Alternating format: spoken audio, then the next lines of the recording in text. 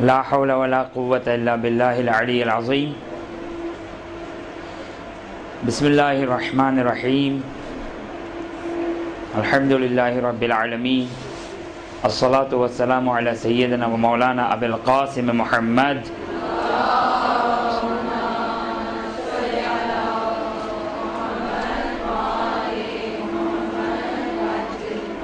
وعلى أهل بيته الطيبين الطاهرين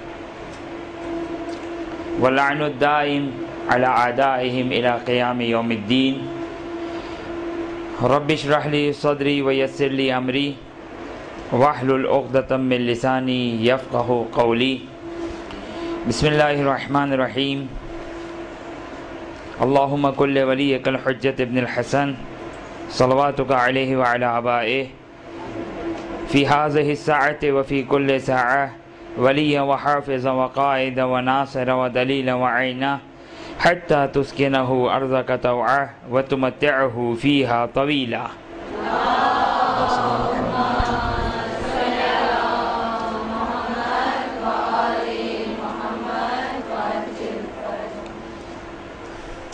اس ہفتے کا موضوع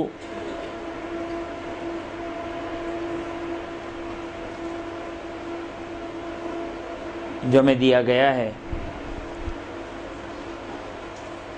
خرید و فروخت، ملازمت کے احکام. بہرحال ایک وسیع موضوع ہے اور آج کی گفتگو کی تقریباً آدھا گھنٹہ بھی ختم ہو چکا ہے، لہذا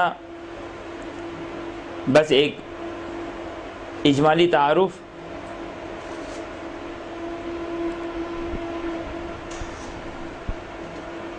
خرید و فروخت کے احکام تفصیلی احکام ہیں. ان میں سے بعض احکام کا انتخاب کیا گیا اور جو پیشہ انسان اختیار کرتا ہے، ظاہر ہے ایک مومن کی خواہش یہ ہوتی ہے کہ وہ کسب حلال کرے اور تحصیل رزق حلال جو ایک اہم ترین عبادت ہے، شاید اسی وجہ سے کہ تحصیل رزق حلال انتہائی مشکل عمل ہے، لہذا اسے اہم ترین عبادت سے تعبیر کیا گیا ہے. لیکن افسوس کے ساتھ کچھ مسائل سے ناواقفیت، یعنی مسائل سے ناواقفیت کچھ نہیں ہے، یعنی یہ تحصیل رزق حرام کے اسباب میں ایک فیکٹر مسائل شرعی سے ناواقفیت اور ایک بہت بڑا فیکٹر حالات کا تقاضا، فقر و فاقہ، غربت، یہ اسباب سبب بنتے ہیں کہ انسان نہ چاہتے ہوئے، بالخصوص جس نقطے کی طرف ہم اشارہ کرنا چاہتے ہیں وہ ہے بینک کی نوکری. بینک کی نوکری جو آج کے زمانے میں بہت ہی اچھی نوکری شمار کی جاتی ہے، انکم کے اعتبار سے، سہولتوں کے اعتبار سے، اور مومنین کل رات کی ایک مجلس میں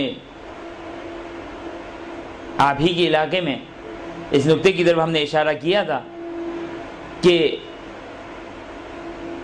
جب اسلام کی اور شریعت کی اتنی پابندی نہیں تھی پاکستان میں، چاہے اہل سنت ہو چاہے اہل تشیع ہو، اس وقت مومنین کی بہت بڑی تعداد بینک کی نوکری نہیں کیا کرتی تھی.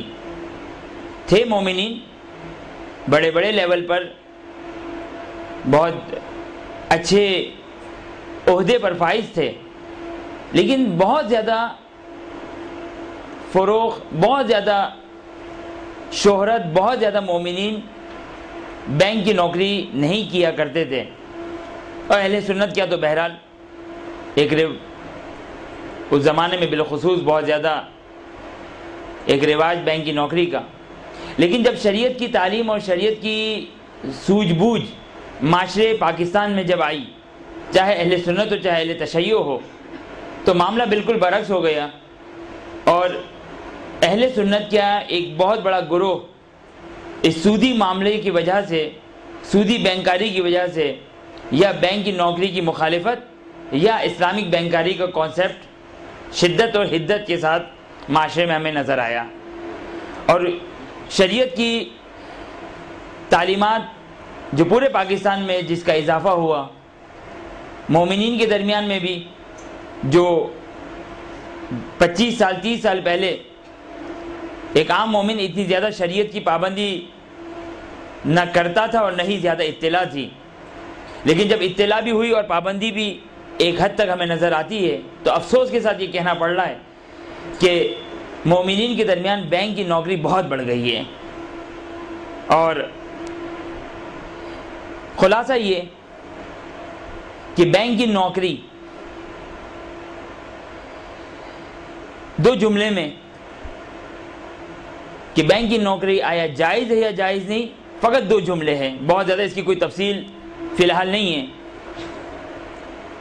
کہ ہر وہ ڈپارٹمنٹ، ہر وہ عہدہ، ہر وہ کام جو کسی طرح بھی انٹرسٹ سے ریلیٹڈ ہے، سود سے ریلیٹڈ ہے، بینک کا وہ کام حرام ہے، چاہے سود لینا ہو، چاہے سود دینا ہو، چاہے سود کی تشویق کرنا ہو قرضے کی شکل میں، کیونکہ ایک بہت بڑا عہدہ کہ بعض لوگوں کا کام یہ کہ وہ مشتری اور اکاؤنٹ ہولڈرز کو تشویق کرواتے ہیں لون لینے کے اوپر۔ کریڈٹ کارڈ، اب یہ میں کریڈٹ کارڈ کی بہت تفصیلی مسائل فی الحال نہیں بیان کرنا چاہ رہا، لیکن کریڈٹ کارڈ کا ایک بہت بڑا پرابلم انٹرسٹ ہے۔ وہ شخص جو اس کریڈٹ کارڈ کے ڈپارٹمنٹ میں کام کر رہا ہے، اس سے زیادہ واضح مصداق شاید انٹرسٹ کا ہے، بہت سارے واضح مصادیق ہیں، لیکن بہرحال یہ بھی ایک بہت واضح مصداق ہے حرام کام کا۔ یا انٹریز کا لکھنے والا، خیر آج تو لکھنے کا زمانہ نہیں ہے، کمپیوٹر پہ فیڈ کرنے والا، اس کو چیک کر کے سائن کرنے والا، اس کو چیک کرنے والا، حتیٰ آڈٹ کرنے والا، ایک مسئلہ بہت بڑا جو اکاؤنٹنٹ اور سی اے یا ایم بی اے وغیرہ میں جو ان کی پریکٹس ہوتی ہے، اس میں ایک بہت بڑا مسئلہ آڈیٹنگ کا آتا ہے۔ اب جو بھی آڈیٹرز ہوتے ہیں اس میں وہ ان انٹریز کو دیکھتے ہیں کہ جس میں انٹرسٹ اور سود کی لکھت پڑھائی ہوئی ہوتی ہے، یہ بھی حرام ہے۔ اس کے علاوہ اگر کچھ بچ جائے تو وہ جائز ہے، اگر کچھ بچ جائے۔ ہیں بعض ایسے شعبے، مثلا ایک شخص کمپیوٹر انجینئر ہے ہارڈ ویئر کا، جس کا کام کمپیوٹر کی مرمت کرنا ہے، مثال کو 40-50 کمپیوٹر ہے اس بینک میں، اس آفس میں، اس کمپنی میں، اس کی مرمت کرنا، اس کی دیکھ بھال کرنا، اس کے سسٹم کو چیک کرنا۔ اچھا ہارڈ ویئر ضروری نہیں، سافٹ ویئر انجینئر بھی ہو تو ایک حد تک جو وہ پرابلم نہیں ہے۔ خلاصہ یہ کہ یہ افراد کے جن کا ڈائریکٹ انٹرسٹ سے ریلیٹڈ نہیں ہے، انٹرسٹ سے ریلیٹ نہیں ہے یہ لوگ، یا اب مجھے عہدے تو سارے نہیں معلوم بینک کے، خلاصہ مطلب یہی ہے کہ ہر وہ کام جو سودی معاملے سے تعلق نہیں رکھتے وہ جائز ہے۔ اچھا اب جب اس مسئلے کو بیان کیا تو ایک بہت بڑا مسئلہ جو تنخواہ کا مسئلہ ہے اس کو بھی بیان کر دیں۔ جیسے بعض لوگ یا اکثر ان کاموں میں 100% کام حرام نہیں ہوا کرتا ہے، 30%، 40%، 50%، 20%، 10%، جیسا جس کا کام. تو تنخواہ لینا جائز ہے یا جائز نہیں ہے؟ جتنا کام حلال ہے اتنے کی نسبت تنخواہ لینا بالکل جائز ہے. اگر 80% کام حلال ہے، 80% تنخواہ حلال ہے. جتنے فیصد کام حرام ہے اس کے مقابلے میں تنخواہ کیا کریں؟ اگر حکومتی ادارہ ہے یا سیمی گورنمنٹ ادارہ ہے یا بینک، تو اس صورت میں چونکہ یہ ایک معرکۃ الآراء ایک مسئلہ ہے حکومتی اداروں کا. آغا خوئی، آغا سیستانی، مرحوم آغا تبریزی، آج کے زمانے میں شاید شیخ فیاض، بہرحال شیخ فیاض کو فی الحال چھوڑ دیجیے، یہ لوگ قائل اس بات کے کہ بینک اور بینک کے ادارے مجہول المالک ہیں، مجہول المالک ہیں.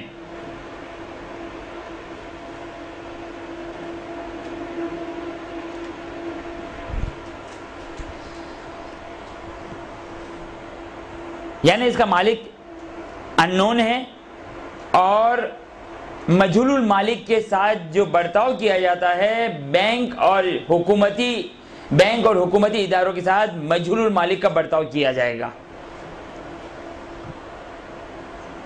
اب یہ انشاءاللہ اگر کبھی اور موقع ملا تو بینک کو ایک مکمل طور پر ایک الگ کبھی ٹاپک اٹھایا جائے. بینک کی نوکری تو خیر آج بیان ہو گئی، بینک میں ڈپازٹ، بینک سے لون لینا، بینک کے گفٹ، یہ ایک بینک کی اقسام، وہاں پر انشاءاللہ اگر کبھی موقع ملا تو اس پر گفتگو رہے گی، بینک سے سارے متعلق مسائل کو بیان کیا جائے. فی الحال بہت زیادہ ہم اس کے دنبال میں نہیں جاتے. تو چونکہ آغا خوئی اور آغا سیستانی فرماتے ہیں کہ حکومت کے بینک اور حکومتی ادارے مجہول المالک ہے ان کی اموال، لہذا یہ جو پیسہ آیا اسے تو چپ چاپ کسی فقیر شہری کو صدقہ دے دیں حاکم شر کی اجازت سے، حاکم شر کی اجازت سے صدقہ دے دیں. کوئی وکیل آپ کی اس پریشانی کو دور نہیں کر سکتا ہے. یہ میں بتا دوں، میں کوئی خاص وکیل نہیں ہوں، لیکن عام طور پر بعض وکلاء اس میں اشتباہ بھی کر جاتے ہیں، اور عوام کے ذہن میں بھی یہ ہے کہ اس قسم کے سارے مسائل وہ الادین کا چراغ مجتہد کا وکیل سارے مسائل حل کر دے گا. ایسا نہیں ہے. بہت سارے ایسے مسائل ہیں کہ جس کو خود آغا سیستانی بھی حل نہیں کر سکتے ہیں، اور ان مسائل میں معلوم نہیں ہے کہ آغا سیستانی نے اپنے وکلاء کو اجازت دی ہو. لہذا فقط اور فقط ایک ہی راہ ہے، وہ یہ ہے کہ ڈائریکٹ آغا سیستانی سے یہ سوال پوچھا جائے کہ کون سا ایسا وکیل ہے جس کے پاس یہ اختیارات ہو جائے.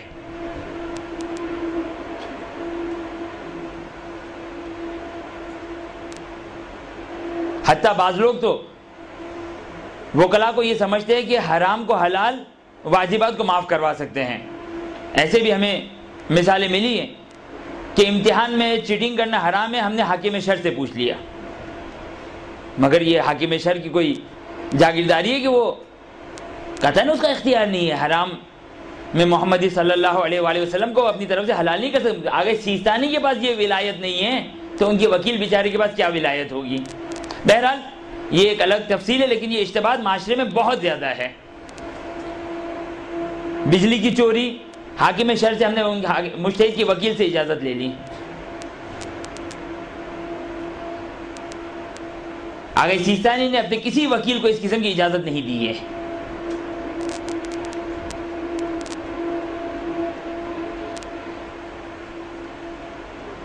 لہذا اگر آگے سیستانی اور آگے خوئی کے لحاظ سے یہ مجہول المالک ہے اور اس مبلغ کو مجہول المالک کے عنوان سے اس کو صدقہ دیا جائے گا۔ مرحوم امام آگے وحید یہ لوگ فرماتے کہ نہیں، حکومت مالک ہے، حکومت مالک ہے، لہذا آپ کی ذمہ داری ہے کہ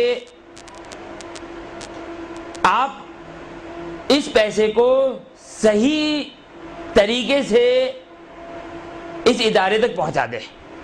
اب یہ پاکستان کے لحاظ سے بہت مشکل کام ہے یہ۔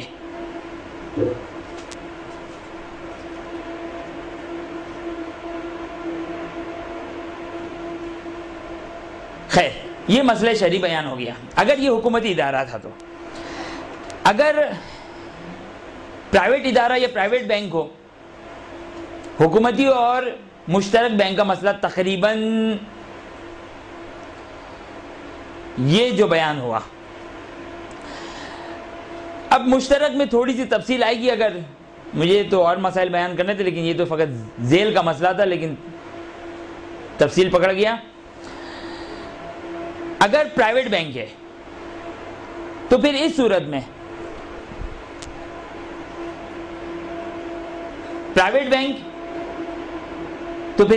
میں جو جتنا حصہ حرام کا ہے اس میں اگر یہ تھوڑی سی دقت چاہیے، یہ تھوڑا سا مشکل مسئلہ ہے، اگر سمجھ میں نہ آئے تو چھوڑ دیجئے گا، غلط نہیں سمجھیے گا۔ اب یہ آپ کہیں گے یہ کیسے پاسبل ہوتا ہے؟ صحیح بات ہے، یہ پاسبل نہیں ہوتا ہے۔ یعنی اگر تھوڑا سا بھی شک ہو تو سمجھیے گا کہ نہیں سمجھے، کیونکہ مسئلہ بہت اہم مسئلہ یہ ہے۔ اس صورت میں فقہا فرماتے ہیں کہ اگر اس حرام مبلغ، اس حرام کام کے مقابلے میں جو تنخواہ آئی ہے، اس حرام کام کے مقابلے میں جو تنخواہ آئی ہے، مثلا 20%، 30%، 20% کام حرام ہے، 10,000 تنخواہ ہے یعنی 2,000 روپے۔ اگر یقین ہے کہ مالک، چونکہ پرائیویٹ ہے نا، یقین ہے کہ مالک راضی ہوگا، کس بات پہ راضی ہے تبھی تو دے رہا ہے، چوری تھوڑی کی ہم نے، نہیں، یہ دقت بہت ضروری ہے۔ یہی مسئلہ انٹرسٹ میں بھی آتا ہے، لیکن فی الحال اس کی تفصیل وہاں پہ ابھی بیان نہیں کر سکتا، فقط اشارہ کر رہا ہوں کہ اگر کسی کے ذہن میں ہو تو وہ اس مسئلے کو وہاں پہ بھی اپلائی کرے۔ فرماتے ہیں کہ اگر یقین ہو کہ مالک راضی ہے اس مبلغ 2,000 کے کہ جو میں نے حرام سے کمائے ہیں، خوب آپ کہیں کہ وہ تو راضی ہے تبھی اپنی رضا اپنے اختیار سے دے رہا ہے، ہم نے چوری نہیں کی، نہیں، اس طریقے سے ہمیں یقین یا اطمینان ہونا چاہیے کہ اگر اسے یہ بتایا جائے کہ ہم اس کے مستحق نہیں ہیں پھر بھی وہ راضی ہے۔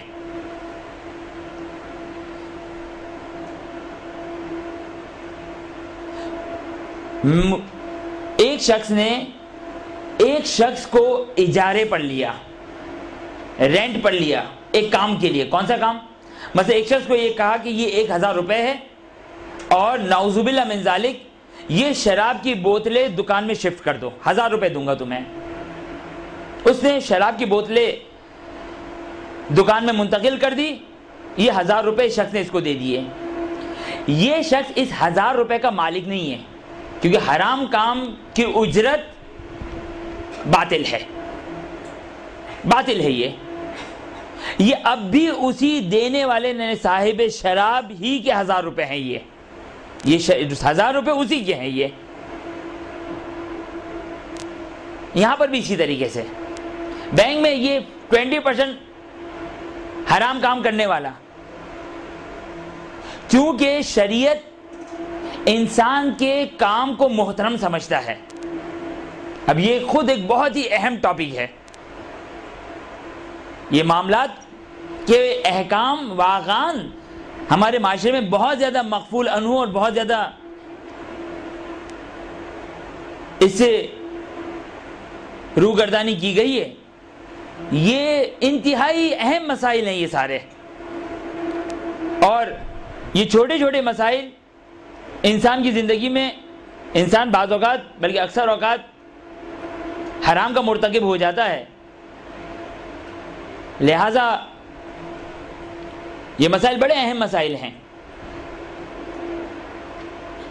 انسان کا کام محترم ہے، شریعت نے انسان کے عمل کو محترم قرار دیا ہے. اب یہ خود ایک ٹاپک ہے، یعنی اس کا مطلب کہ اگر میں کسی کو ایک حکم دوں، آرڈر دوں کہ یہ کام کر دو، تو بسا اوقات وہ مستحق اجرت بن جاتا ہے اس کام کی، وہ شخص اس مستحق اجرت بن جاتا ہے. لیکن شریعت نے ایک انسان کے کام کو اس وقت تک محترم قرار دیا کہ جب تک حرام نہ ہوا. حرام کام کیا، اب آپ کے کام کی کوئی ارزش اور کوئی قیمت نہیں، آپ مستحق اجرت نہیں ہیں. ان شارٹ یہ کہ اب یہ جو پیسے اس کے ہاتھ میں آئے ہیں،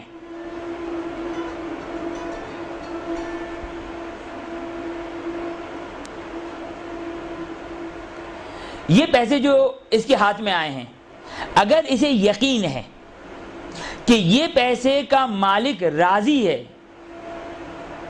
اس طریقے سے کہ اب یہ سپوزیشن ہے، یہ فقط ایک مفروضہ ہے، فقط فرض کرنا ہے انسان کے ذہن میں. انسان کو یقین ہے کہ اگر میں مالک کے پاس جاؤں اور مالک سے یہ کہوں، یہ ذہن میں تصور کر رہا ہے کہ میں اس کا مستحق نہیں ہوں، پھر بھی وہ راضی ہوگا، یہ مجھے یقین یا اطمینان ہے. تو پھر اس صورت میں یہ پیسے حلال ہیں، اس پیسے کا مالک نہیں بنے گا. دیکھیں فقہ میں بڑی دقت ہے، گزشتہ ہفتے کی تقریر میں ہم نے اشارہ کیا تھا، فقہ فہمی بہت مشکل کام ہے. بہت لوگ فقہ کے ساتھ تسامح کرتے ہیں، سہل انگاری سے کام لیتے ہیں.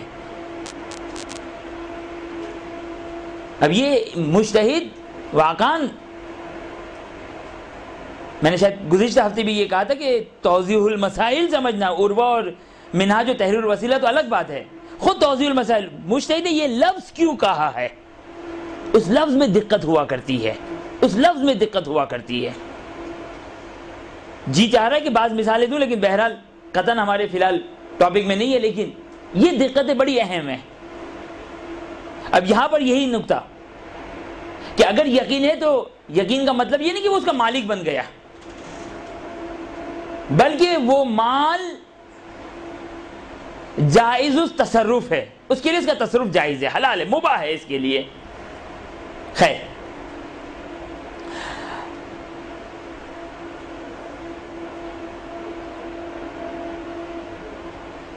اب یہی پابندی ہے جو انسان کو جکڑ دیتی ہے، اور ہم پر جو ایک الزام ہے کہ آسان بات کو مشکل کرنا. اب یہ کہ نہیں معلوم کہ آیا اس چھوٹی سی ایک اور باریکی کو ہم بیان کریں یا نہ کریں.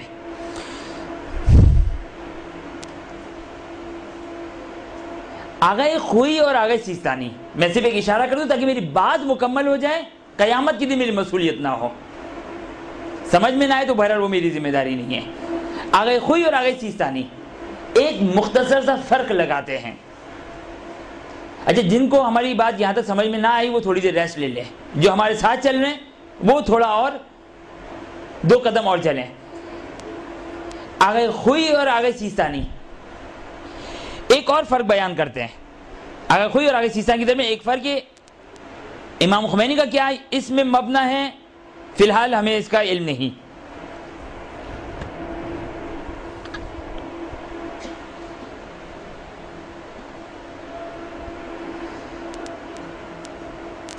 آگاہ سیستانی یہ فرماتے ہیں، جو میں نے جملہ کا اس کو تکرار کروں، کہ ہمیں یہ یقین ہونا چاہیے کہ دینے والا راضی ہوگا بحیث اس طریقے سے کہ اگر اسے پتہ چل جائے، اپنے ذہن میں فرض کر رہا ہوں میں، کہ پتا چل جائے کہ میں اس کا مالک شرعی نہیں ہوں، پھر بھی وہ راضی ہوگا تو حلال ہے آپ کے لیے.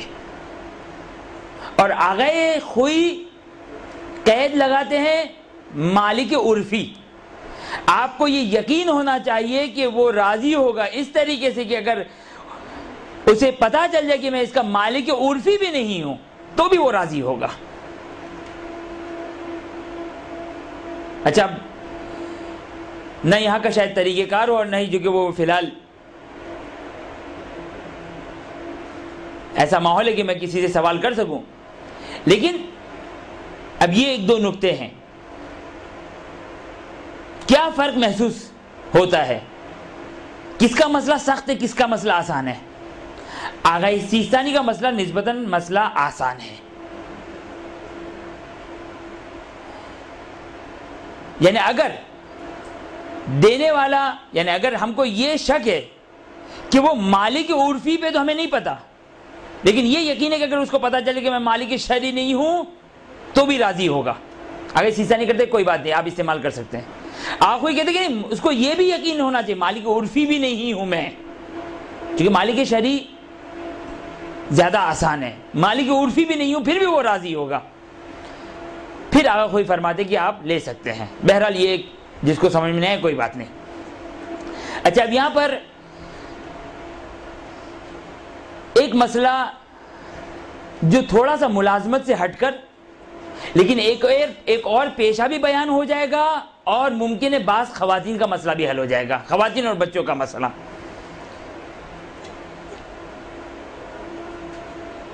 وہ کیا؟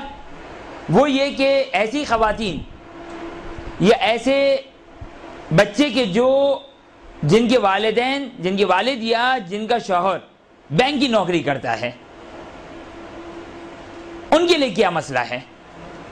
یہ مسئلہ، یہ پھر ایک اور مشکل مسئلے کی طرف جا رہے ہیں. یہ مسئلہ اور نائی کا مسئلہ.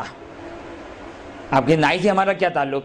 نہیں، آپ کا تو کوئی تعلق نہیں الحمدللہ، لیکن مرد حضرات کا چونکہ نائی سے تعلق ہے، نائی کے پیشہ بھی آ جائے گا اور نائی کا ایک اہم مسئلہ بھی آ جائے گا. اب وہ خواتین کیا کرے جن کا شوہر بینک میں کام کرتا ہے؟ وہ بچے کیا کرے جن کے والد بینک کی جاب کرتے ہیں؟ اس صورت میں ایک قانون، اب میں نائی کے مسئلے کو اٹھاتا ہوں، وہاں سے یہ مسئلہ حل ہو جائے گا. اور یہی مسئلہ پیش آتا ہے کہ ہم کسی کے یہاں مہمان گئے، وہ بینک کی نوکری کرتے ہیں، کسی نے ہم کو تحفہ دیا، وہ بینک کی نوکری کرتے ہیں، یہ حرام کام کرتے ہیں. یہ مسئلے تو بہرحال معاشرے میں بہت زیادہ پیش آنے والے مسائل ہیں. نائی کا ایک مسئلہ بیان کر دیں، یعنی حجام، بال کاٹنے والا. اچھا، نائی کا پیشہ بظاہر کوئی حرج نہیں ہے، اس کا جو فقط ایک کام ہے داڑھی منڈوانا، یہ پیشہ حرام ہے، یہ کام حرام ہے. اس کے مقابلے میں جو وہ اجرت لے رہا ہے وہ اجرت بھی حرام ہے، وہ اس کا مالک نہیں بنے گا. پھر وہی والی بحث آئے گی یقین والی.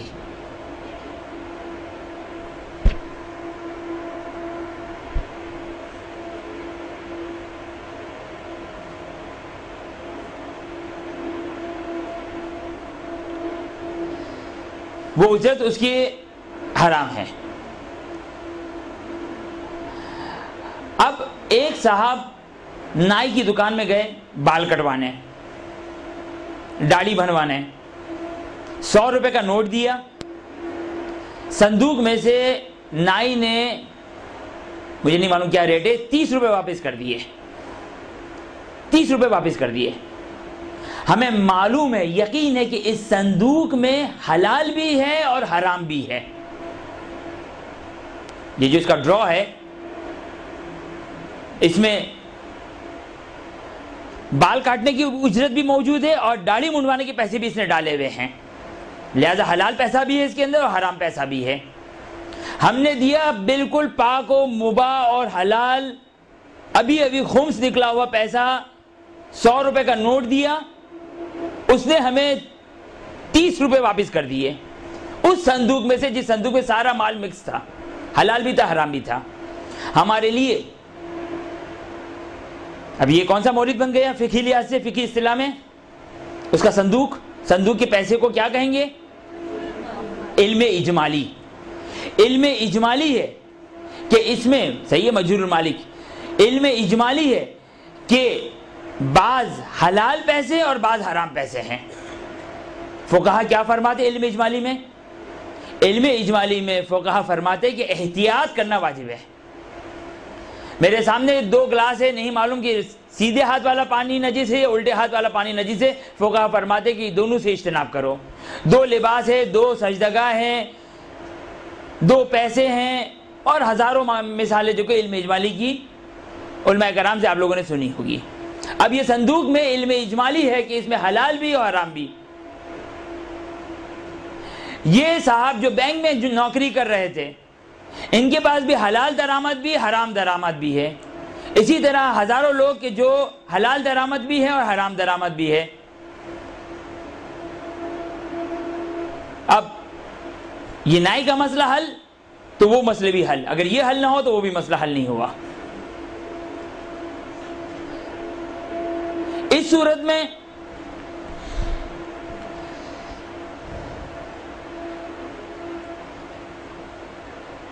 اگر نائی نے 30 روپے اٹھا کر آپ کو یعنی اس شخص کو دے دیے, صاحب کو دے دیے, یہ 30 روپے ان کے لیے حلال ہے. کیوں؟ یہ کیوں علم فقہ کہوں یا علم اصول فقہ کہوں؟ علم اصول فقہ کی مشکل ترین گفتگو وہ ہے علم اجمالی, وہ ہے علم اجمالی. اور جتنا بڑا فقیہ ہوگا وہ علم اجمالی کی مختلف فروعات بھی نکالے گا اور اس کا ماسٹر بھی ہوگا.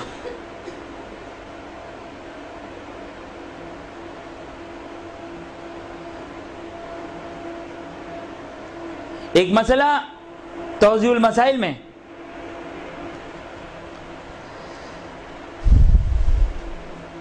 نجاست کے چیپٹر میں عین نجاست کی ذکر کے بعد پہلا جو ٹاپک آتے اس میں یا دوسرے ٹاپک میں یا تیسرے ٹاپک میں, یہ دوسرے تیسرے ٹاپک میں ایک مسئلہ جہاں پہ ظاہراً نجاست ثابت ہونے کا طریقہ اسی کے دوسرے مسئلہ ظاہراً اسی کے چیپٹر میں دوسرا مسئلہ دیا ہوا ہے ظاہراً.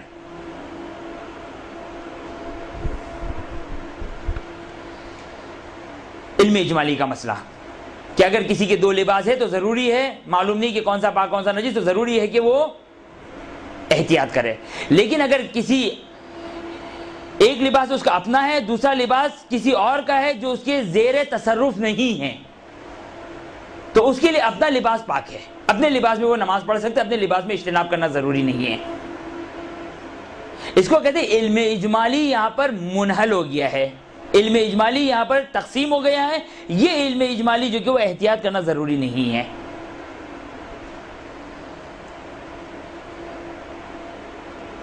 اب یہ صندوق میں ایک دفعہ نائی ہمارا جاننے والا اس نے کہا کہ یہ صندوق میں 100 روپے ڈال کر 30 روپے نکال لو, اور ہمیں معلوم ہے کہ اس صندوق میں حلال بھی اور حرام بھی ہے. صندوق کے ایک نوٹ کو ہاتھ لگانا بھی مشکل جائز نہیں ہے, کیونکہ سارا علم اجمالی ہے, سارا ہمارا فی الحال زیر تصرف ہے, کسی ایک نوٹ کو بھی ہاتھ نہیں لگا سکتے ہیں. لیکن 99% یا 80% کم از کم ایسا ہوتا ہے کہ نائی کو جب ہم نے 100 روپے دیے تو وہ خود صندوق کھولے گا, وہ ہمیں ہاتھ بھی نہیں لگانے دے گا, صندوق کھولے گا, اس میں سے 30 روپے دے دے گا. تو یہاں پر چونکہ یہ 30 روپے یہ معلوم نہیں کہ یہ حلال ہے یا حرام, اور چونکہ باقی صندوق میں جو پیسے پڑے ہوئے ہیں وہ ہمارے اختیار و تصرف سے باہر ہے, لہذا اس کو کہتے ہیں علم اجمالی یہاں پر منحل ہو گیا. ہمارے لیے اس 30 روپے میں احتیاط کرنا ضروری نہیں ہے. اگر علم اجمالی کے اس مسئلے کو کوئی سمجھ لے کہ انشاءاللہ آپ لوگ واقف ہوں گے, تو بہت سارے مسائل آپ کی زندگی میں پیش آنے والے علم اجمالی کی وجہ سے جس میں آپ پریشان ہوتے ہوں, بہت سارے مسائل انسان حل کر لیتا ہے. خیر, اب یہاں پر یہ شوہر, یہ والد, یہ وہ کہ جس کے گھر ہم گئے, جس نے ہمیں تحفہ دیا, یہاں پر بھی مسئلہ حل ہو گیا. چونکہ بیوی اگرچہ شوہر کی جیب تو اس کی زیر تصرف ہو سکتی ہے، لیکن سارا اکاؤنٹ یا سارا مال تو شاید اس کی زیر تصرف نہ ہو، کیونکہ بہرحال شوہر بھی جو کہ وہ اب ہوشیار ہو چکا ہوگا، اس نے بھی ایک اکاؤنٹ بنایا ہوگا، اس کے بھی ایک پیسے عام طور پر نوعان جو کہ عام طور پر جو کہ پیسے الگ پڑے ہوتے ہیں۔ تو اب بیوی کو نہیں پتا کہ یہ مال جو میرے سامنے آیا ہے۔ اچھا،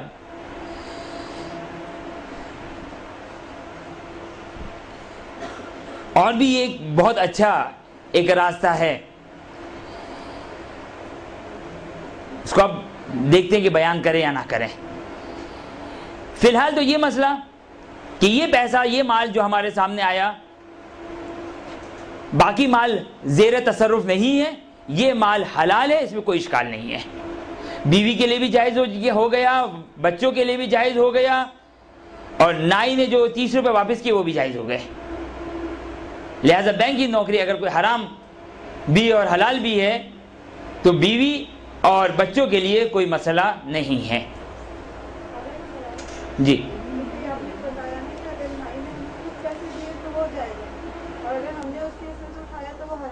جی، اور اسی طرح یعنی شوہر کے جیب سے ہم نے خود پیسہ نکالا تو وہ حرام ہے؟ نہیں، یہ میں نے نہیں کہا، نہیں یہ میں نے نہیں کہا۔ الحمدللہ، جو کو اللہ کا شکر ہے آپ نے جو کو سامنے ہی سوال کر لیا۔ ہاں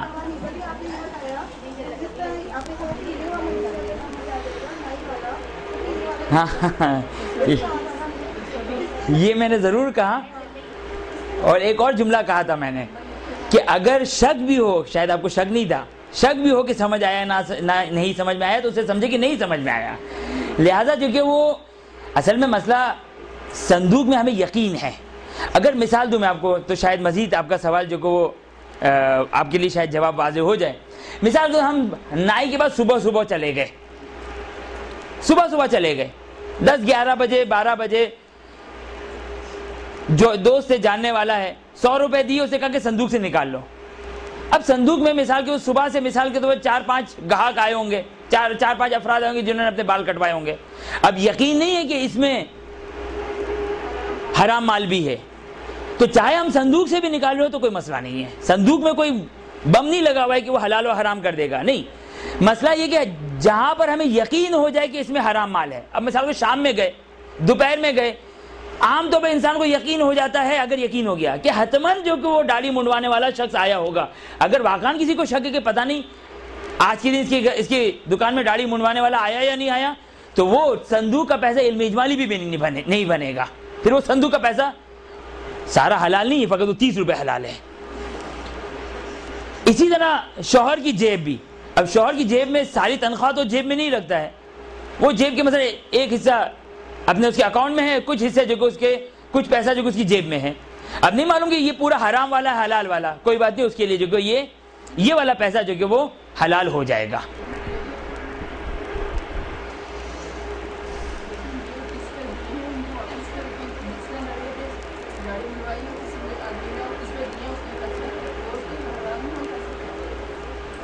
آواز نہیں آئی مجھے۔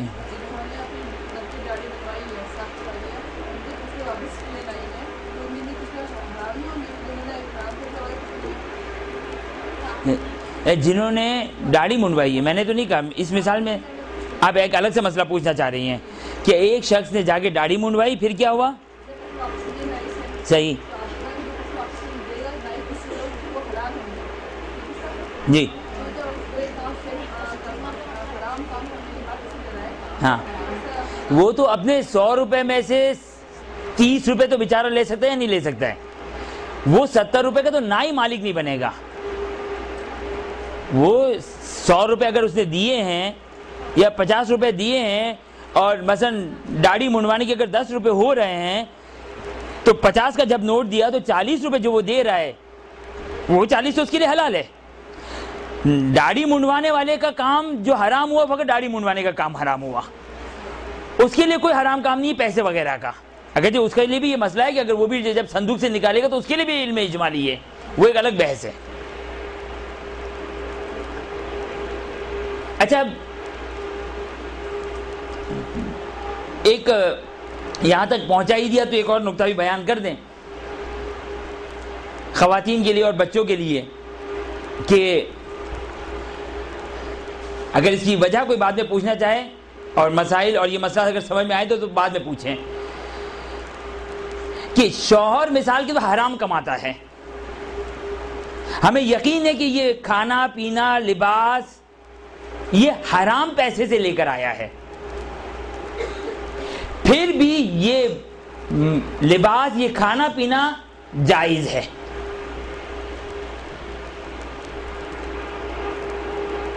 یہ کھانا پینا جائز ہے۔ شکریہ۔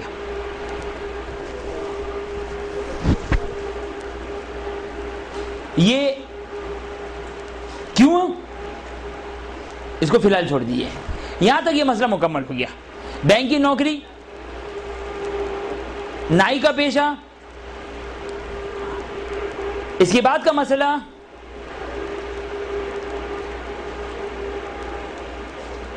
چوری کا مال۔ چوری کے مال کی خرید و فروخت حرام ہے، اور اگر کوئی شخص چوری کے مال کو خریدے تو خریدنے والے کے لیے واجب ہے کہ وہ مالک تک پہنچائے۔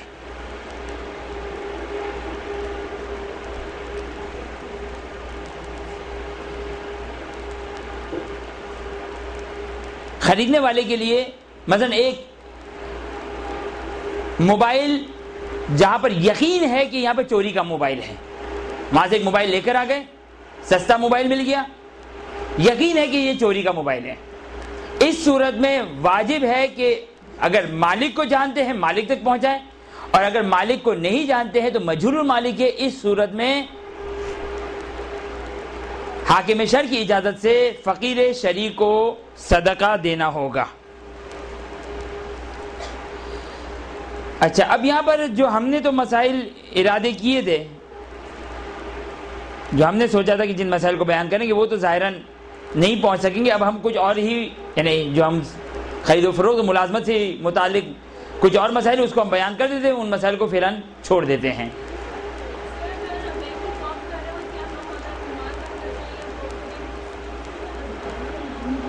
آواز نہیں آئی ہے۔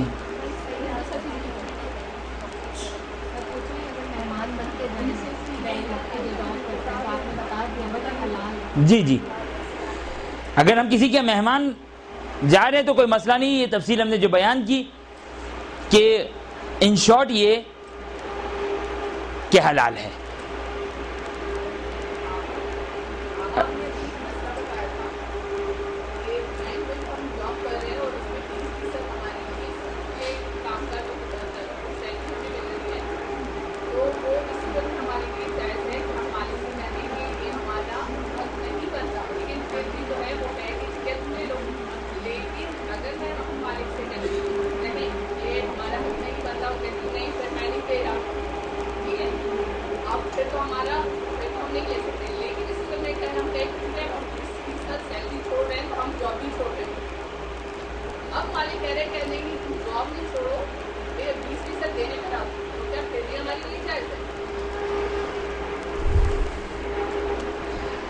اچھا سوال ہے۔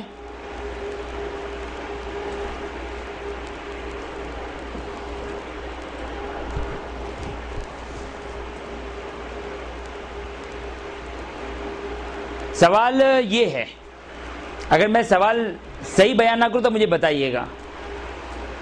سوال یہ ہے، اچھا پہلے میں ایک دفعہ مسئلے کو تھوڑا سا اور بیان کر دوں، اس میں پوچھنے کی ضرورت نہیں ہے، پوچھنے کی ضرورت نہیں ہے، ایک سیکنڈ، پوچھنے کی ضرورت نہیں ہے۔ انسان صرف یہ یقین کیسے حاصل ہوگا؟ شاید ممکن آپ نے مسائل سیکھے اس لیے آپ ہو گئے ہوں گی وسواسی۔ عوام عام طور پر مطمئن ہو جاتی ہے۔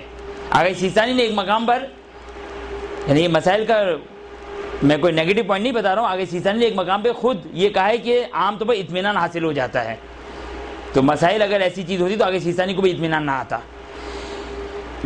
مسئلہ پوچھنے کا نہیں ہے، مسئلہ ہے مفروضہ، سپوزیشن، کہ ہم یہ سوچیں کہ اگر ہمیں یقین ہے، اب ظاہر ہے اس کی دو مرحلے آپ بنا لیجئے، ہمیں یقین ہے کہ مالک راضی ہوگا اس طریقے سے کہ اگر اس کو بتایا جائے میں اس کا مستحق نہیں ہوں پھر بھی وہ راضی ہوگا، اگر یقین ہے یا اطمینان. اگر ڈاؤٹ اور شک ہے تو پھر زبانی پوچھنا پڑے گا یا پیسہ دینا پڑے گا. آپ والی بات، اگر واقعاً کسی کو اگر شک ہے بینہ و بین اللہ شک ہے تو پھر واجب ہے کہ یا اجازت لے لے یا مالک کو کسی طریقے سے بھی اس کے ہاتھ تک پہنچا دے. اب آپ کا سوال یہ ہے کہ مالک پریشر میں آ کر پرمیشن دیتا ہے، وہ پریشر کیا ہے؟ مثال کے طور پر اس شخص کا کام اچھا ہو آپ نے یہ سوال کیا تو میں ایک اور بھی مسئلہ بیان کر دوں. وہ ہے حلال و حرام کا مسئلہ. اگر میں بھول جاؤں تو یاد دلائیے گا، فی الحال بعد میں حلال و حرام بعد میں، ابھی آپ کے سوال کا جواب دوں.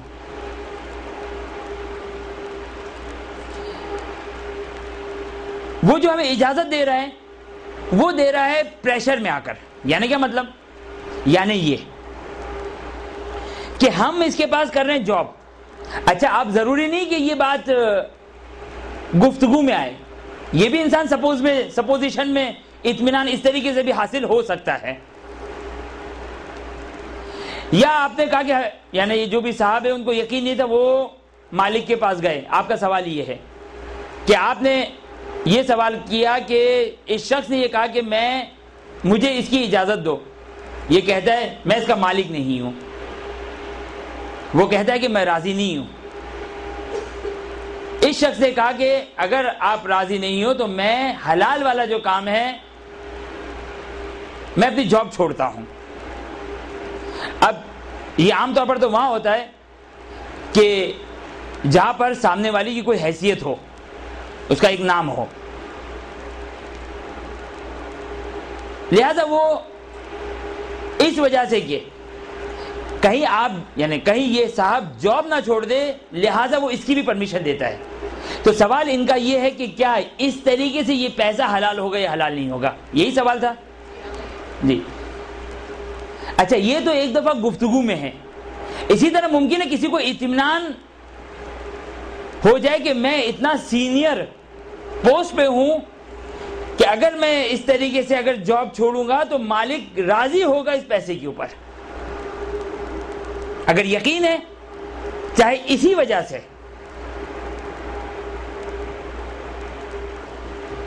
اس صورت میں یہ پیسہ حلال ہے، یہ پیسہ حلال ہے. لیکن یہ یاد رہے، اب وہ جو میں نے کہا تھا کہ جو اہم نقطہ ہے، لیکن یہ یاد رہے کہ چاہے حکومتی ادارہ ہو، چاہے آپ مالک کو پیسہ پہنچا دے، چاہے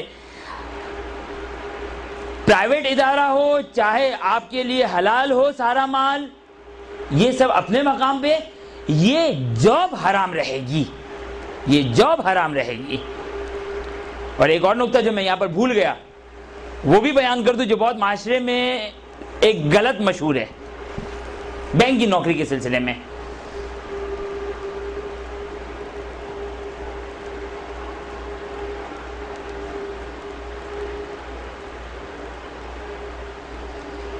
وہ کیا؟ وہ یہ کہ بہت سے افراد یہ کہتے ہیں کہ بھائی ہمارے لیے بینک کی نوکری کو چھوڑنا حرج ہی ہے، حرج ہے. اگر ہم نے بینک کی نوکری کو چھوڑا تو ہم حرج میں مبتلا ہو جائیں گے. حرج کی ڈیفینیشن، حرج یعنی انسان ناقابل زحمت میں مبتلا ہو جائے گا، ناقابل برداشت زحمت میں گرفتار ہو جائے گا.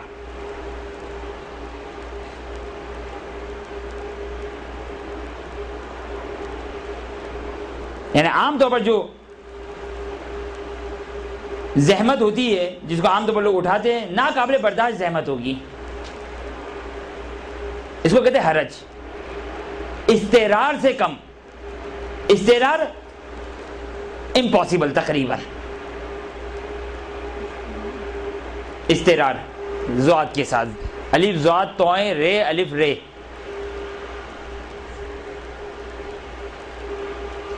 بعض لوگوں کا خیال یہ ہے کہ بینک کی نوکری حرج کی صورت میں جائز ہے. اچھا یہ بات ایک حد تک تو صحیح ہے کہ حرج کی وجہ سے واجب جائز ہو جاتا ہے اس کو ترک کرنا، اور حرام حلال ہو جاتا ہے اس کو انجام دینا.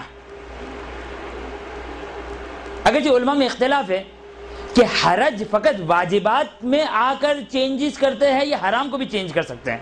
جیسے آیت اللہ العظمیٰ آگے زنجانی، آیت اللہ العظمیٰ آگے زنجانی کہ آج قوم کے بہت بڑے مرجے، بلکہ بعض علماء یہ کہتے ہیں کہ آگے سیستانی اور آگے زنجانی میں سے کسی کی بھی تقلید کر لی جائے کافی ہے، یعنی عالم کے درجے پر سمجھتے ہیں. لہذا بعض علماء احتیاط واجب میں آگے زنجانی کو پریفر کرتے ہیں. آگے زنجانی یہ فرماتے ہیں کہ حرج میں واجبات میں تو اجازت مل جائے گی لیکن محرمات میں اجازت نہیں ملے گی. خیر یہ ایک اجتہادی گفتگو جس کی طرف اشارہ کیا. آگے اب یہ بتائیے کہ بینک میں کیا کریں، بینک میں کیا کریں. حرج ہے، کوئی جاب نہیں، کوئی نوکری نہیں، اگر جاب کو چھوڑ دیا تو حرج میں گرفتار ہو جائیں گے. بینک کی نوکری جائز ہے یا جائز نہیں؟ جس طرح حرج میں فقہا فرماتے کہ اگر حرج ہی ہے داڑھی منڈوانا جائز ہے. استفتاء موجود ہے. آخوئی سے کسی نے استفتاء کیا کہ کیا اگر عورت کے لیے حرج ہی ہو موزے پہننا تو کیا اس کے لیے جائز ہے کہ وہ بغیر موزے کے، یعنی وہ موزے نہ پہنے. اب دیکھیے مسائل فقہ کی دقتیں یہ ہیں، یہ مسائل فقہ کے باریک نکات ہیں. اگر کوئی فرماتے ہیں کہ موزے پہننا اس کے لیے واجب نہیں ہے لیکن اس کے لیے عام حالات میں گھر سے نکلنا جائز نہیں ہوگا. اب موزے حرج ورج ختم، موزے پہن بھی جائے، کوئی مسئلہ نہیں ہوگا. اب تو گھر سے نکلنے پہ پابندی لگ گئی، کیونکہ خاتون کو اگر پابندی لگ جائے معذرت کے ساتھ تو خیر. اب آخوئی اچھا واقعاً اگر ایک عورت کے لیے اگر مجبوری ہے نکلنا، حرج ہی آخوئی کی اس عبارت سے پتہ چلتا ہے کہ جائز ہے. اب یہ سوال بینک کی نوکری کرنا اگر حرج ہو تو کیا ہے؟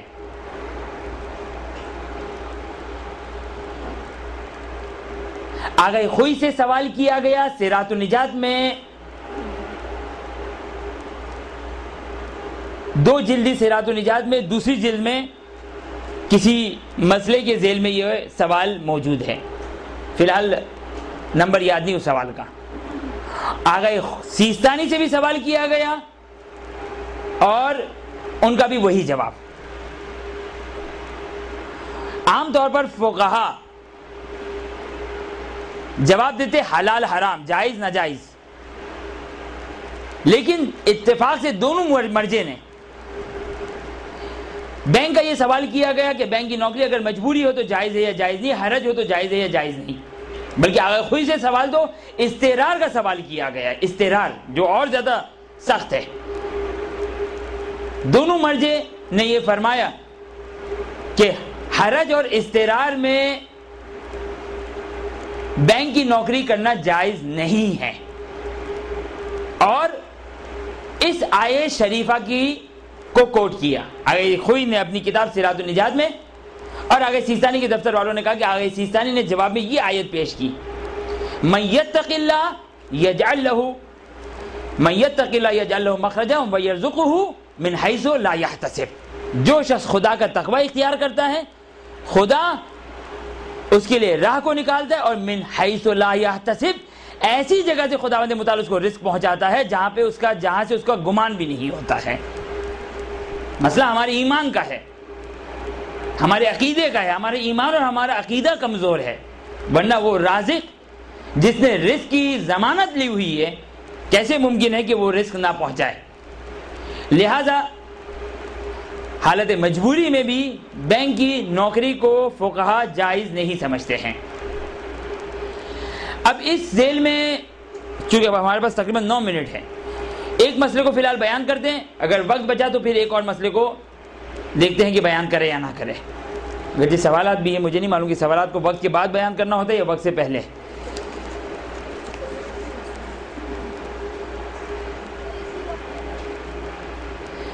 ایک یہ مسئلہ یعنی یہ وقت کے اندر بیان کرنا ہے، 5 بجے کے اندر تک۔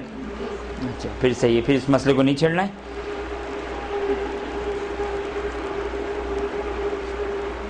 ایک سوال یہ ہے کہ مالک شرعی اور مالک عرفی میں کیا فرق ہے؟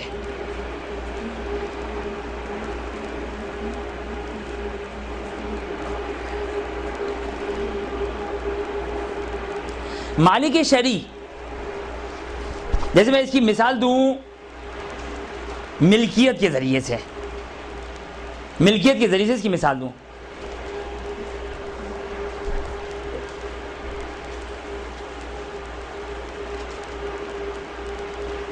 ایک ہے ملکیت عرفی، ایک ہے ملکیت شرعی۔ مثلا کتاب کی ملکیت، یعنی انسان کتاب کا مالک ہے۔ اب ملکیت کو بھی چھوڑے، مالک کو بھی چھوڑے، میں آسان الفاظ میں اردو میں بات کروں، میں ایک شخص کتاب کا مالک ہے، ٹیبل کا مالک ہے، موبائل کا مالک ہے، گھر کا مالک ہے، لباس کا مالک ہے۔ یہ جو اس کا مالک ہے، یہ مالک عرفن بھی مالک ہے اور شرعن بھی مالک ہے۔ اچھا، عرف کا دائرہ وسیع ہے، شریعت کا دائرہ تنگ ہے؟ نہیں۔ بعض ایسے مقامات ہیں جہاں شریعت کہتی ہے، چلے فی الحال اتنا ہی رہنے دیں، عرف کا دائرہ وسیع ہے اور شریعت کا دائرہ تنگ ہے۔ اس لباس، کتاب، دکان، گھر، اشیاء، عرف بھی کہتا ہے کہ یہ اس کا مالک ہے اور شریعت بھی کہتی ہے یہ اس کا مالک ہے۔ لیکن بعض اوقات عرف کہتا ہے کہ مالک ہے لیکن شریعت نہیں کہتی کہ مالک ہے۔ مثلا شراب، عرف یہ کہتا ہے کہ یہ شراب کا مالک ہے لیکن شریعت نہیں مانتی اس مالکیت کو، لہذا شراب کا کوئی مالک نہیں ہے، کوئی بھی مالک نہیں۔ شریعت نے اس کے لیے ملکیت کو ایجاد ہی نہیں کیا ہے۔ اگرچہ اگر کسی کے انڈر میں کوئی شراب ہو، کسی وجہ سے کسی طریقے سے آ گئی، تو اس کو چوری کرنا جائز نہیں ہے۔ مثلا سرکہ شراب بن گیا، اسی وجہ سے شراب کی خرید و فروخت بھی حرام ہے اور باطل ہے، کیونکہ یہ ناقابل انتقال ہے۔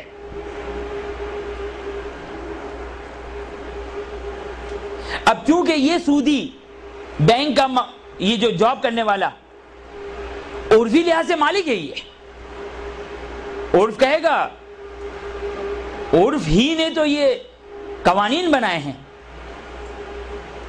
بعض اوقات ہوتا ہے کہ نہ عرف مالک مانتا ہے نہ شریعت مالک مانتی ہے۔ یہ بھی مثال دے دوں تاکہ مطلب اور واضح ہو جائے۔ مثلا ایک شخص چونٹی کو اپنی ملکیت میں لیتا ہے اور کہتا ہے کہ میں اس کو بیچتا ہوں۔ چونٹی کی ملکیت چونکہ اس کے اندر کوئی فائدہ، منفعت، عرفی منفعت اور عرفی فائدہ موجود نہیں ہے، لہذا نہ عرف اس کو مالک مانتا ہے اور نہ ہی شریعت اس کو مالک مانتی ہے۔ نہ عرف اس کو مالک مانتا ہے نہ شریعت اس کو مالک مانتی ہے۔ جیسے مثلا کوئی یہ کہے کہ بلی کے لیے، میری پالتو بلی کے لیے میں اس لباس کو، اس پٹے کو اس کا مالک بناتا ہوں، بلی کو، عرف اس مالکیت کو قبول نہیں کرتی ہے، عرف اس مالکیت کو قبول نہیں کرتی ہے۔ تو نہ عرفی ہے نہ شرعی ہے، عرف کا دائرہ وسیع ہے، شریعت کا دائرہ تنگ ہے۔ تو انشاءاللہ میرا خیال ہے کہ یہ مطلب واضح ہو گیا ہوگا۔ ایک سوال یہ ہے کہ قومی بچت کی اسکیموں کے بارے میں بھی بتائیے اور اس کے منافع کے بارے میں بھی بتائیے۔ یہ وہ مسئلہ تھا کہ جس کو میں نے اگنور کیا، اور یہ وہ پیچیدہ مسائل میں سے ایک مسئلہ ہے۔ بہرحال سوال ہے تو جواب دینا مجھے۔ قومی بچت ان شارٹ یہ ہے کہ اگر قومی بچت اگر ظاہراً حکومتی ادارہ ہے، اگر حکومتی ادارہ ہے تو اس سے آنے والا جو انٹرسٹ ہے، سود ہے، اس میں آغا سیستانی فرماتے کہ چونکہ پوچھا ہے آغا سیستانی کے لحاظ سے، آغا سیستانی فرماتے کہ اس کا جو نفع ہے وہ آدھا نفع جب آپ کے ہاتھ میں آ جائے، جتنا آپ کے ہاتھ میں آئے اس کا آدھا نفع حاکم خیر آگے سیستان اجازت دی ہوئی، آدھا نفع آپ فقیر شریع کو صدقہ دے دے۔ کافر بینک کی تنخواہ کا مسئلہ، ہاں یہ ایک اچھا سوال ہے جو ہونا چاہیے تو اور ہم سے مس ہوا۔ کافر بینک کی تنخواہ کا کیا مسئلہ ہوگا؟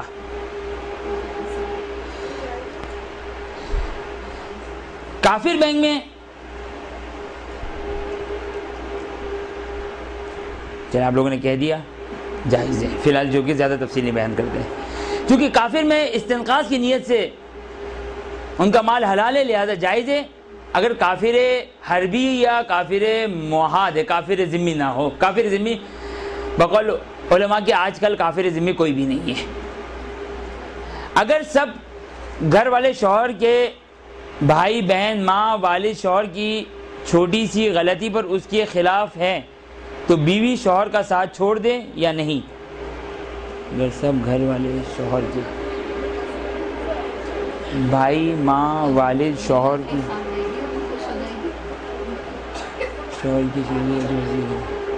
جبکہ ساتھ دینے میں ساس، سوال یہ کہ کیا شوہر کی ناراضگی یعنی بھائی ماں باپ والد سب جو کہ وہ شوہر کی چھوٹی سی غلطی پر ناراض ہیں تو کیا یہ شوہر کا ساتھ چھوڑ دے جبکہ ساتھ دینے میں ساس ناراض ہوگی اور نہ دینے میں کوئی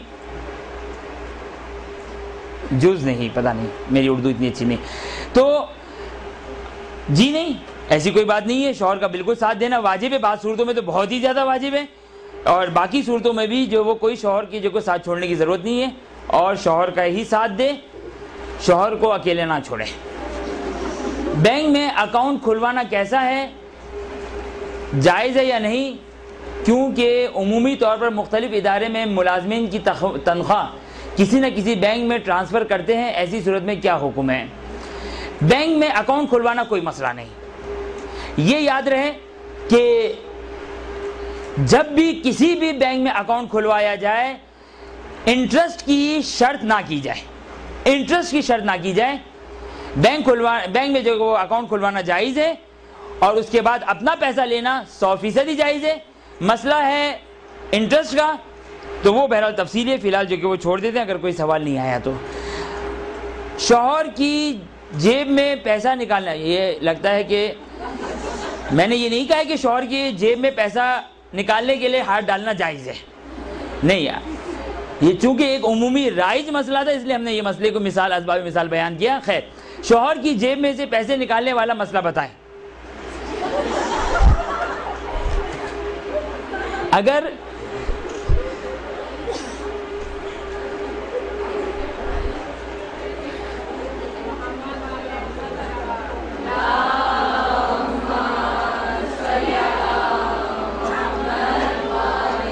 بہرحال قطع نظر سوال، شوہر کی جیب میں پیسہ نکالنے کے لیے ہاتھ ڈالنا جائز نہیں ہے، اور ظاہر جو بعد والا سوال ہے وہ بھی یہی پوچھنا چاہ رہی ہیں کہ اگر شوہر جو ہے وہ بیوی کے جائز اخراجات نہ دیتا ہو یا بچوں کو، کہ اب میں اپنے الفاظ میں یہ ترجمہ کر رہا ہوں اس سوال کا، جائز اخراجات نہ دیتا ہو تو وہ اپنی ضرورت جو کہ جائز وہ نکال سکتی ہے یا نہیں؟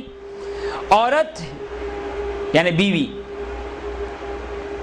اگر شوہر نہیں دے رہا ہے، مطالبہ کرنے پر بھی نہیں دے رہا ہے، عورت کے لیے جائز ہے کہ اپنے اخراجات کے لیے اسباب تقاص شوہر کی جیب میں سے پیسہ نکال سکتی ہے، فقط اپنا پیسہ نکال سکتی ہے اپنے جائز اخراجات کے لیے، جو اس کے دینے واجب، جو اس کے لیے دینا واجب تھا یہ فقط نکالنا جائز ہے، لیکن بچوں کے اخراجات کے لیے یہ بیوی کے لیے جائز نہیں ہے کہ وہ شوہر کے جیب سے پیسہ نکالے۔ اگر بینک میں نوکری کرنا جائز نہیں تو لوگ کیوں کرتے ہیں؟ جو لوگ جاب کر رہے ہیں وہ کیا کریں؟ ان کے لیے تو تنخواہ حرام ہے، چاہے بیوی بچوں کے لیے جائز بھی ہو جائے۔ اینالائسٹ کی جاب بھی کیا حرام ہے؟ اینالائسٹ سے مراد شاید آڈیٹنگ مراد ہے۔ آڈیٹنگ کی جاب حرام ہے اگر اس میں انٹرسٹ کی انٹریز کو مطالعہ کرنا ہو۔ اور بینک کی نوکری لوگ کیوں کرتے ہیں؟ یہ ہمارا بھی سوال ہے کہ لوگ کیوں کرتے ہیں۔ ایک علی کا چاہنے والا، علی کا ماننے والا کبھی بھی جو کہ وہ امام زمانہ اور اہل بیت اطہار کو کسی طریقے سے وہ ناراض نہیں کر سکتا ہے، اور ہر انسان، ہر مومن کے اعمال کو اہل بیت اطہار کی بارگاہ میں پیش کیا جاتا ہے۔ لہٰذا بہرحال ان کی بھی نصیحت ہے، ہماری بھی نصیحت ہے۔ اور آیت اللہ العظمی آغا خوئی اور آغا سیستانی نے بھی یہ فرمایا، من یتق اللہ یجعل لہ یخرج من حیث لا یحتسب، من یتق اللہ یجعل لہ مخرجا ویرزقہ من حیث لا یحتسب، کہ جو شخص اللہ کا تقوی اختیار کرتا ہے خدا خود بخود اس کے لیے راہوں کو نکالنے والا ہے۔ خدا پر اپنے ایمان کو ہماری ذمہ داری کی ہم قوی کریں۔ ہم سب خدا کی بارگاہ میں دعا کرتے ہیں، خداوندہ ہم سب کو تیرے ان احکام پر عمل کرنے کی توفیق عطا فرما۔